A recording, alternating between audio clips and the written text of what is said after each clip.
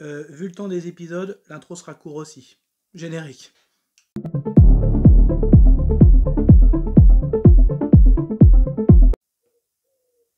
Salut à tous, c'est Fab et aujourd'hui on va parler animation avec justement le dernier animé sorti de l'écurie Marvel, I Am Groot.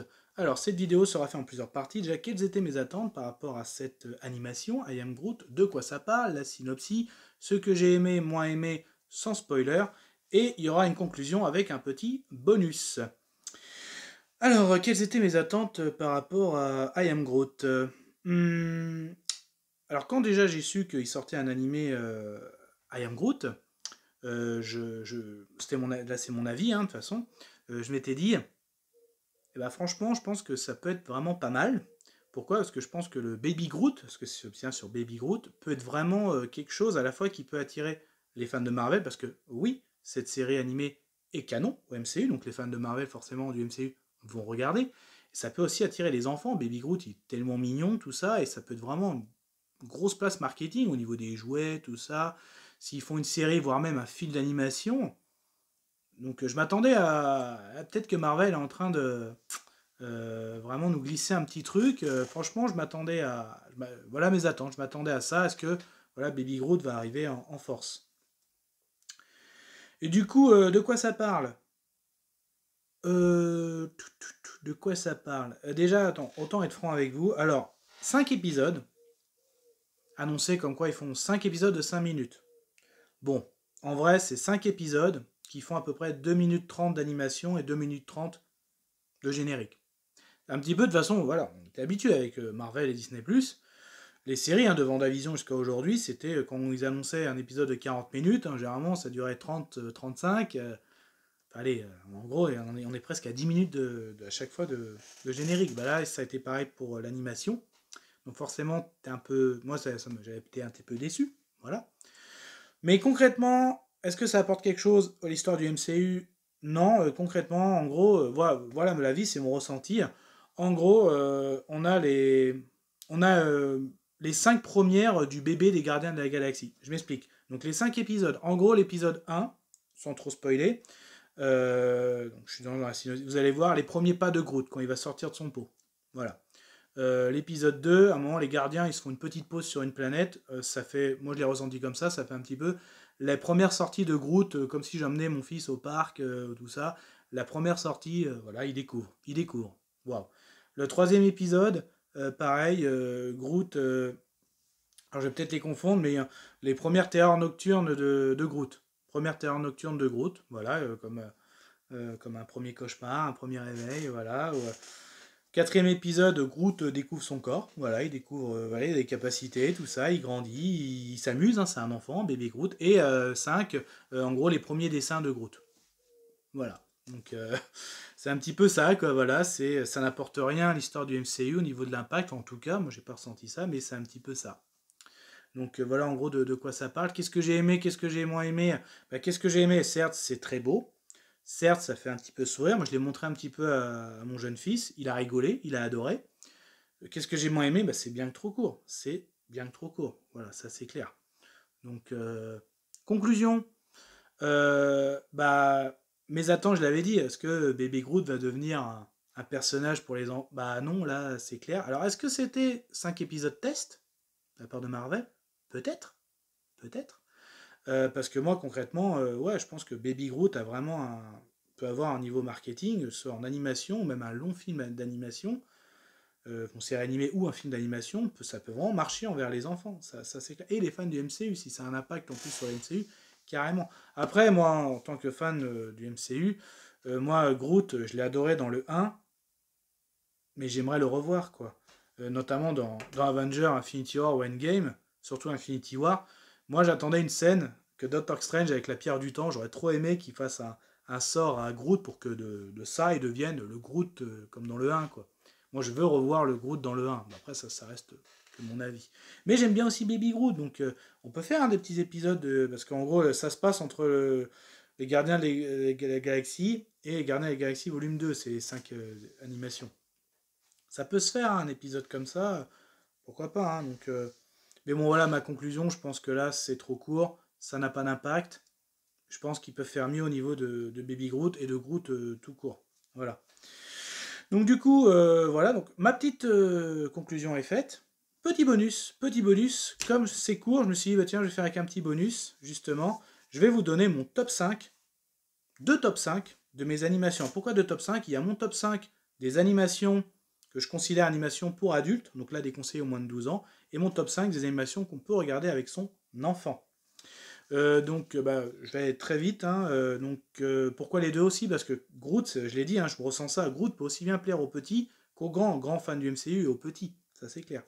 Donc, moi, mon top 5 des animations pour les plus de 12 ans, je dirais en cinquième position Hulk contre Wolverine. J'ai adoré cette animation. Hein, une animation sur un duel mythique de Marvel, hein, Wolverine contre Hulk.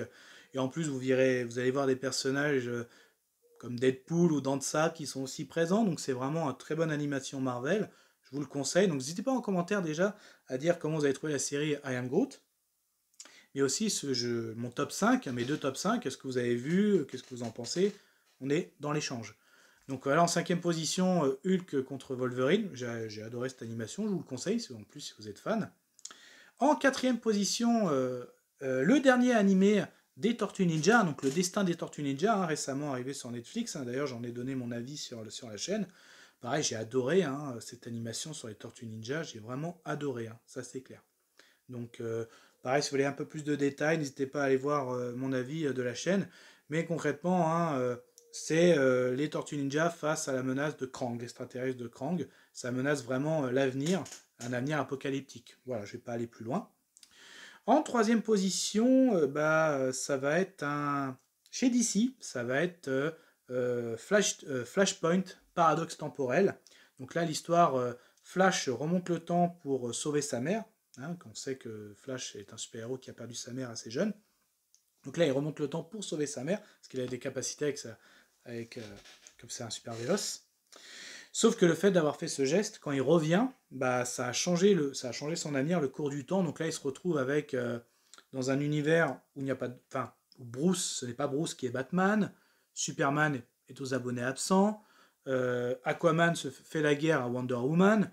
Donc là, ça n'a plus du tout le même univers, et même le monde est même menacé. Donc il va devoir résoudre ce qu'il a fait. C'est vraiment un super animation d'ici, avec des grands personnages mythiques, des belles scènes de combat, un super flash.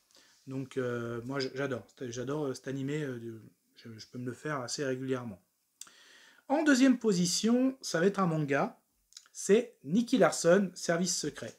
Donc là, j'aime bien la série et beaucoup d'animations Nicky Larson, mais mon préféré, ça reste celui-là, Service Secret.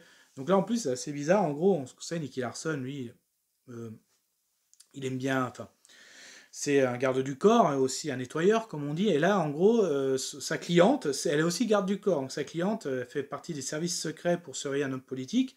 Et c'est vrai que ça fait bizarre. Pourquoi lui doit surveiller une garde du corps? Donc c'est pour ça qu'aussi, vous allez voir, il y a plusieurs liens. Hein, voilà, et vraiment très très bon. Donc, on reconnaît bien notre Nikki, accompagné de Laura.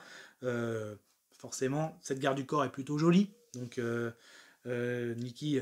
Voilà, va rester Nikki, hein. Donc à la fois de la masterclass quand il y a de l'action, mais à la fois aussi c'est du Nikki tout craché, donc c'est pour ça que j'adore ce film.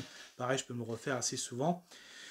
C'est pour ça qu'il est dans mon top 5 d'ailleurs. Et mon top 1, ça reste un film Batman. J'adore Batman, hein, voilà, ceux qui suivent la chaîne. Et pour moi, j'adore Batman, l'énigme de Red Hood. Donc là, forcément, on est dans un univers où Batman a connu... c'est un Batman qui est là depuis plusieurs années, qui a même eu plusieurs Robins. Et là, tout d'un coup, dans Gotham, on a quelqu'un qui fait un peu le même boulot que Batman, sauf que lui, il tue. Voilà, donc il tient même la pègre par plusieurs moyens. Et donc là, forcément, Batman va justement, quel est ce Red Hood, l'énigme Red Hood, qui est ce fameux Red Hood. Donc là, c'est pour ça que c'est vraiment un super animé. On y retrouve aussi le Joker, hein, qui aura forcément une importance durant ce film. Donc un bon Batman, un bon Joker et une belle énigme, hein, forcément. Vous y retrouvez aussi des personnages comme Nightwing, Black Mask, donc c'est vraiment une bonne animation. C'est mon préféré, j'adore, je peux me le faire et me le refaire assez souvent. Donc voilà mon top 5 des animations à plus de 12 ans. forcément. Et donc là, je vais finir avec les animations qu'on peut regarder avec ses enfants. Donc en cinquième position, je vais mettre Astérix et les Indiens. Donc c'est mon Astérix préféré. J'aime beaucoup hein, donc cette histoire. Donc là, forcément, Panoramix est capturé par les Romains, une fois de plus, parce qu'ils veulent forcément conquérir toute la Gaule. Hein. Forcément, ça reste ce village irréductible. Et là, le moyen qu'ils ont trouvé, comme pour eux la Terre est plate, c'est qu'on va capturer le druide et on va le balancer à l'autre bout du monde. Voilà. Et forcément, Astérix et Obélix vont retrouver Panoramix, et là, ils vont découvrir l'Amérique et les Indiens. Et c'est vraiment une histoire très sympa, c'est très beau, la bande son est magnifique aussi. Donc les dessins sont très jolis, l'histoire, le scénario est vraiment pas mal. C'est mon Astérix préféré, même si j'en aime beaucoup, hein, chez les Bretons, les 12 travaux, j'adore. Mais pour moi, voilà, mon préféré, ça reste Astérix chez les Indiens. En quatrième position, oui, c'est ça, oui, 5. Avant 5, c'est 4, voilà, que je me trompe pas. Bah, je vais mettre en Disney Le Roi Lion, hein, forcément, je pense que j'ai pas besoin d'expliquer le pourquoi du comment. Le Roi Lion est un très beau dessin animé, mythique, donc forcément, avec ses traits humoristiques, avec des personnages comme Timon et Pumba, les scènes avec Mufasa, les combats, Simba, l'évolution de Simba, c'est du très beau, la bande-son aussi, c'est du très beau Disney, Masterclass, pareil, hein, j'aime beaucoup, il y a d'autres Disney que j'adore, hein, comme Aladdin, Tarzan, mais ça reste un top 5. J'ai voulu voir aussi dans plusieurs, vous l'avez vu tout à l'heure, hein, j'ai pris chez Marvel, DC, Manga, Tortue Ninja, bah là c'est pareil, hein, voilà, il y a du Disney et du Astérix, donc j'ai essayé de voir aussi mon top 5, et puis ça reste mon avis, c'est pour ça, je dis toujours, faites vos propres avis, n'hésitez pas à partager aussi dans les commentaires, hein, quel est votre top 5 peut-être, hein, on est en animation plus de 12 ans et en animation à regarder avec les enfants. Donc j'arrive à troisième position, bah là ça va être le petit dinosaure. Donc le petit dinosaure et la vallée des merveilles. Donc là, pareil, dans un univers, le temps des dinosaures, comme ils disent. Donc là, on est dans une zone où les dinosaures, les herbivores n'ont plus rien à manger. Donc voilà, c'est à sec, comme on le dit. Et donc eux, chaque troupeau veut se diriger vers la Grande Vallée. Suite à un événement, un soir, et un tremblement de terre. Donc voilà, ça se sépare. Et des enfants dinosaures, des bébés dinosaures sont séparés de leurs parents. Et donc forcément, ils vont s'allier. Donc notamment, on a Petit Pied, le long cou, qui va s'allier avec Serra, la trois cornes, Becky, la nageuse, Petri, le volant. Ils vont même trouver Pointu, le cul à pointe. Donc ils vont s'unir, ces enfants, pour aller vers la Grande Vallée.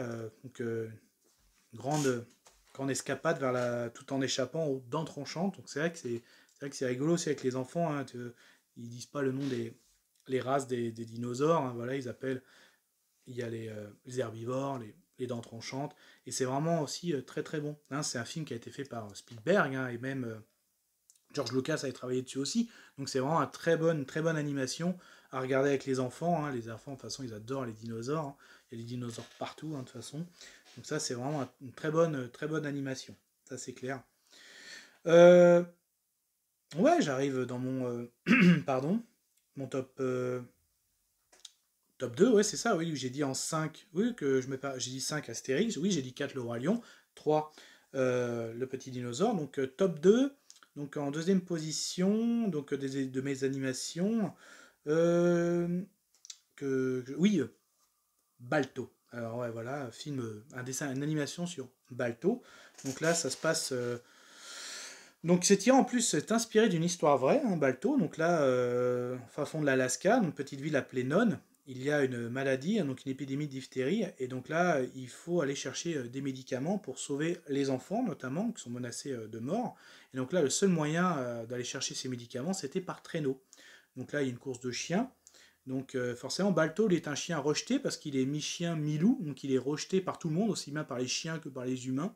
Voilà. Et donc, mais on apprend que ce traîneau s'est perdu sur sa route, sur son chemin du retour, et Balto, accompagné de ses amis, hein, donc de Boris, ses petits ours polaires aussi, Buck, Mug, vont aller chercher, à la fois pour sauver les enfants, mais aussi l'attelage de traîneau qui s'est perdu. Donc on va suivre les aventures de Balto. Donc forcément, en vrai, ça s'est pas passé comme ça, hein, mais forcément, c'est tiré d'une histoire vraie. C'est un très beau film, hein, avec des beaux messages, hein, donc aussi bien de partage, d'échange. Certes, on peut tous être différents, hein, mais vivre les uns comme les autres. On retrouve ces messages, hein, même je l'ai dit dans le petit dinosaure, là dans Balto. C'est pour ça que j'apprécie ces animations, c'est avec des messages. Voilà. Et le dernier, ça va peut-être vous étonner, mais dans mon top 1, eh ben, je vais mettre, qui est sorti récemment aussi, parce que les autres sont un peu plus anciens, je sais. Bon, je suis pas très jeune non plus. Bon, je suis pas vieux non plus, hein, voilà, mais eh ben, c'est La Patte Patrouille, le film, que j'ai découvert assez récemment avec mon fils. Et ben, il a adoré et j'ai adoré aussi. Franchement, j'ai adoré ce film, La Patte Patrouille, le film. Forcément, c'est une équipe, c'est les super-héros des enfants, ça c'est clair. Ils ont des équipements, des véhicules, mais c'est beau, l'image est très belle quand je vois la scène, même des feux d'artifice ou les scènes de sauvetage. Euh, Franchement, même le scénario est très très bon aussi, hein. C'est surtout concentré sur Chase, hein, le berger allemand, le chiot policier. Mais c'est très très bon, hein. D'ailleurs, ils ont annoncé un 2 qui apparemment, je me suis renseigné, qui serait plus sur Stella, la petite coquère. Donc franchement, est très très bon.